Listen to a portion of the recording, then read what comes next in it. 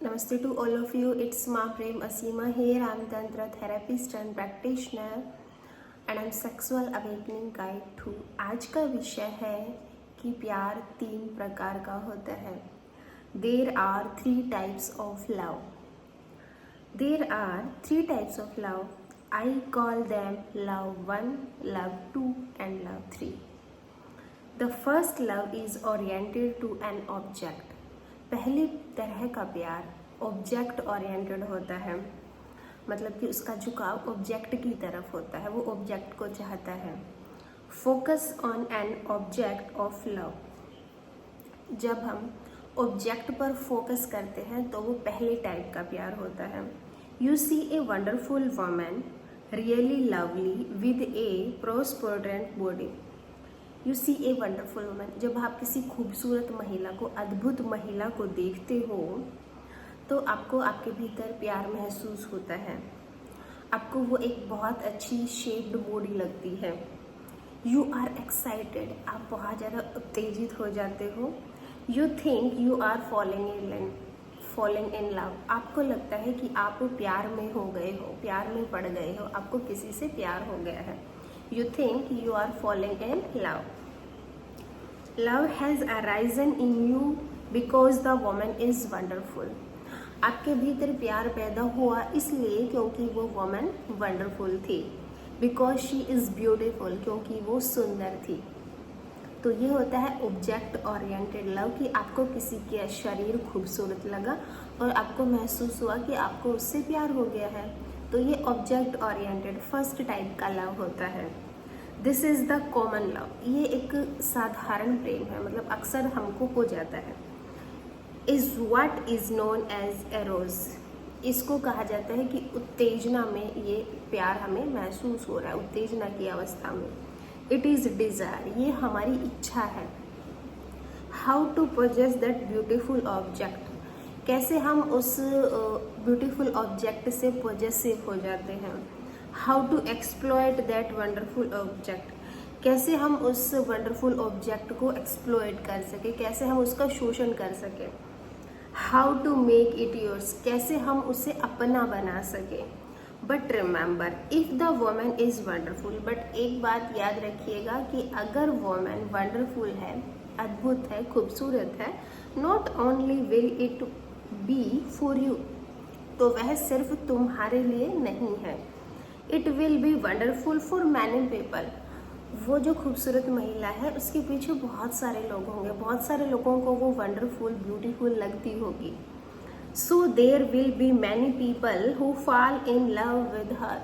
तो बहुत सारे लोग ऐसे होंगे जो कि उसके प्रेम में पड़े होंगे. There will be jealousy, competitiveness and all kinds of horrible things that will affect your love. वहाँ पर बहुत सारी जेलसी होगी, ईर्ष्या होगी, मुकाबला होगा लोगों का कि कौन उसको प्राप्त करे. And all kinds of horrible things, बहुत सारी हॉरिबल थिंग्स वहाँ पे होंगे. That will affect your love.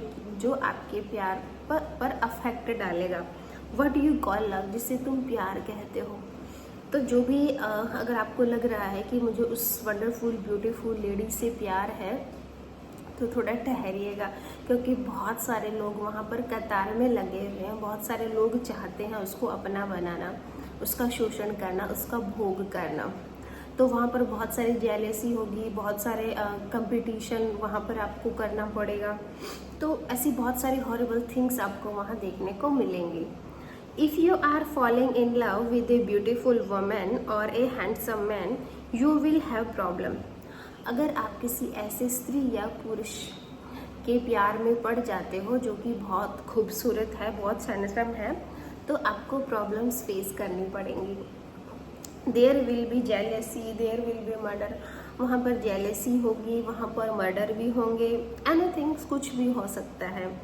You are going to get in trouble. आप अब परेशानी में पड़ने वाले हो. From the beginning you will try to possess that person. शुरुआत में आप उस स्त्री या पुरुष को पोजेस करने की कोशिश करोगे, मतलब कि उसको अपनी तरफ खींचने की, उस पर कब्जा जमाने की कोशिश करोगे. that there is no possibility of something going wrong or getting out of control. From the beginning, you will try to possess that person so that there is no possibility of something going wrong or getting out of control. बहुत सारी चीज़ें ऐसी होंगी जहां आपको परेशानियों का सामना करना पड़ेगा और कुछ चीज़ें ऐसी भी होंगी जो आपके आपे से बाहर होंगी, जो आउट ऑफ कंट्रोल होंगी, जिन पर आप कंट्रोल जमाना चाहोगे. You will start to destroy the man or the woman. आप उस स्त्री या पुरुष को डिस्ट्रॉय करने पर अब लग गए हो.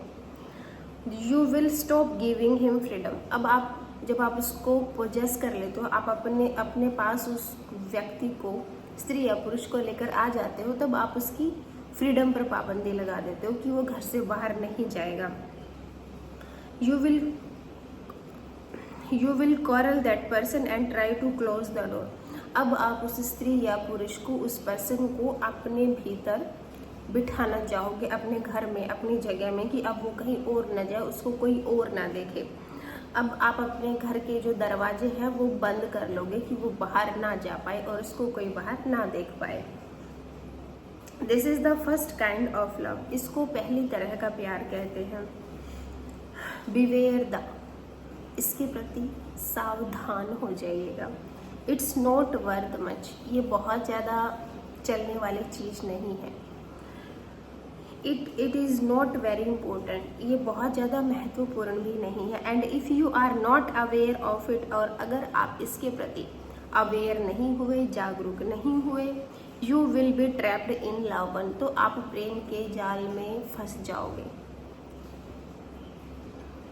ये था पहली तरह का प्रेम. अब है दूसरी तरह का प्यार, love two. The object is not important. अब यहाँ पे ऑब्जेक्ट महत्वपूर्ण नहीं है. The important thing is your subjectivity. यहाँ पर जो महत्वपूर्ण है वो है आपका subjectivity. You are a loving person. आप एक प्रेमपूर्ण व्यक्ति हो. So you give your love to someone. इसलिए आप अपना प्यार किसी को देना चाहते हो. But love is your quality. यहाँ पर प्रेम आपकी गुणवत्ता है, आपका स्वभाव है. It is not oriented to an object. ये ऑब्जेक्ट ओरिएंटेड नहीं है. The subject is overflowing with love. यहाँ पर जो सब्जेक्ट है वो ओवरफ्लो हो रहा है प्रेम से. The self is loving. यहाँ पर वो व्यक्ति खुद के प्रेम में भी है, वो खुद से भी प्यार करता है. यहाँ पर उस व्यक्ति के हृदय में प्रेम है, उसका गुण, उसका स्वभाव है प्रेम में होना, प्रेम करना. Even though you are alone, you are loving. Second type के लव में अगर आपके पास कुछ है भी नहीं, मान लो कोई दूसरा पर्सन नहीं है प्रेम करने के, देन अगर आप अकेले हो तो भी आप प्रेम पूर्ण स्थिति में हो. Love is a kind of flavour of your being. अब प्रेम यहाँ पर क्या है? आपका फ्लेवर है. जैसे नींबू का फ्लेवर होता है, किसी और फ्लावर का फ्लेवर होता है, किसी भी चीज़ का फ्लेवर जो होता है. अब यहाँ पे प्रेम आपका फ्लेवर है, आपका होना ही प्रेम पूर्ण होना है. तो इसको कहते हैं कि सब्जेक्ट ओरिएंटेड लव, कि व्यक्ति यहाँ खुद ही प्रेम पूर्ण है. उसके पास कोई है या वो अकेला है तो भी वो प्रेम में ही रहता है. When you fall in love with the second type of love, there will be more joy than with the first.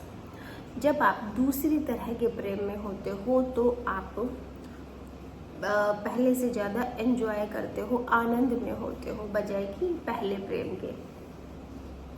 And you will know because this kind of love will know how to make the other person remain free. जब आप दूसरी तरह के प्रेम में होते हो तो आपको पता होता है कि आप कैसे दूसरे व्यक्ति को स्वतंत्रता देते हो या कैसे आप उसको स्वतंत्र या आज़ाद रहने देते हो. Love means giving to the beloved all that is beautiful. प्रेम का मतलब होता है कि जो भी इस जगत में खूबसूरत है वो आप अपने प्रेमी को दे रहे हो. Freedom is the most beautiful goal of human consciousness. Freedom जो आज़ादी होती है वो सबसे मोस्ट ब्यूटीफुल गिफ्ट होता है एक ह्यूमन बीइंग के लिए. हर व्यक्ति के लिए आज़ादी सबसे महत्वपूर्ण उपहार है हमारी चेतना के लिए. द मोस्ट प्रीशियस, जिसको हम बहुत ज़्यादा कीमती या जिसकी कोई कीमत नहीं होती, बेशकीमती कह सकते हैं। तो हर व्यक्ति की चेतना आज़ादी मांगती है। How can you snatch it from anyone? आप इस आज़ादी को किसी दूसरे से कैसे छीन सकते हो? If you really love a man और ए वुमन, अगर आप वास्तव में ही किसी स्त्री या पुरुष के प्रेम में हो, the first gift will be the gift of freedom. तो पहला जो आपका गिफ्ट होगा उसके प्रति वो होगा फ्रीडम, आज़ादी, स्वतंत्रता, कि आप उसे कैसे फ्री रहने देते हो, बजाय कि पहले प्यार की तरह आप उसे बांध के रखना चाहते हो।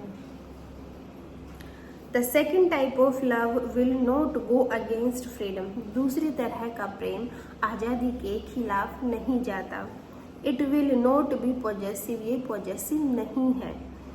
And you will not worry much because another person also appreciate your wife और योर मैन। अब दूसरी तरह के प्रेम में आप ये चिंता भी नहीं करते हो कि जब आपके पति या पत्नी की कोई तारीफ कर रहा है, you will not feel jealous. तो यहाँ पे आप जेलसी फील, ईर्ष्या का भाव आपके भीतर नहीं आ रहा है। सेकेंड टाइप के लव में आप खुद भी फ्री रहते हो, दूसरे को भी फ्री रहने देते हो।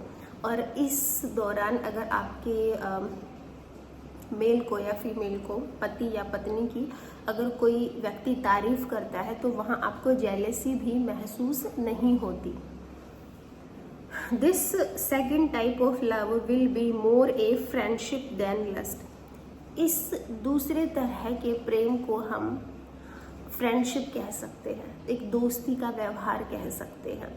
लस्ट यहाँ पर नहीं होता, क्योंकि जहाँ पर लस्ट होता है वहाँ पे पॉजेसिवनेस होती है, वहाँ पर आप उसकी फ्रीडम को छीनते हो, वहाँ पे वासना होती है।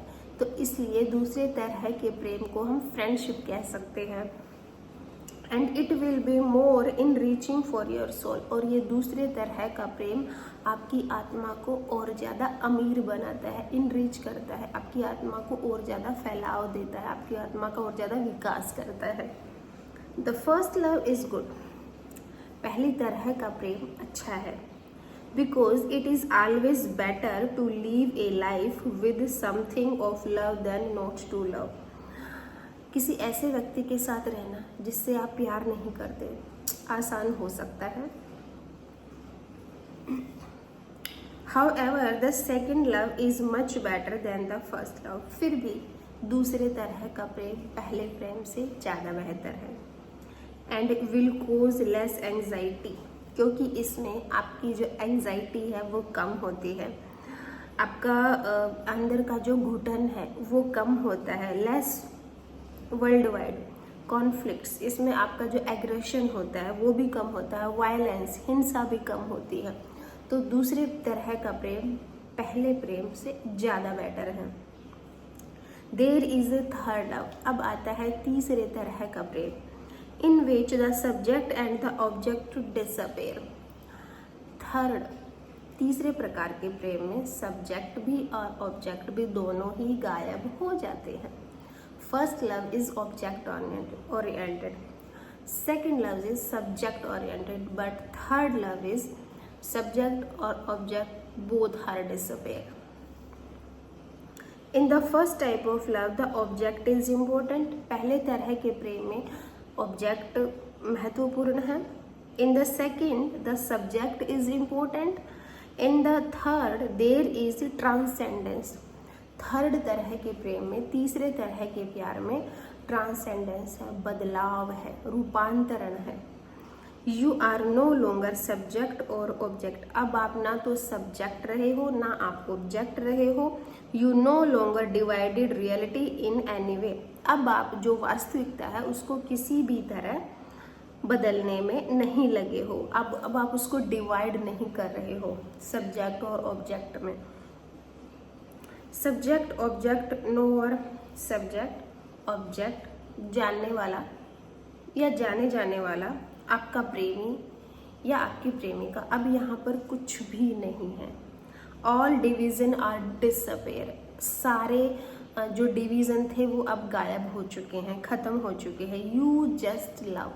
अब आप सिर्फ प्रेम रह गए हो। प्रेम जिससे आप करते थे वो भी गायब हो गया।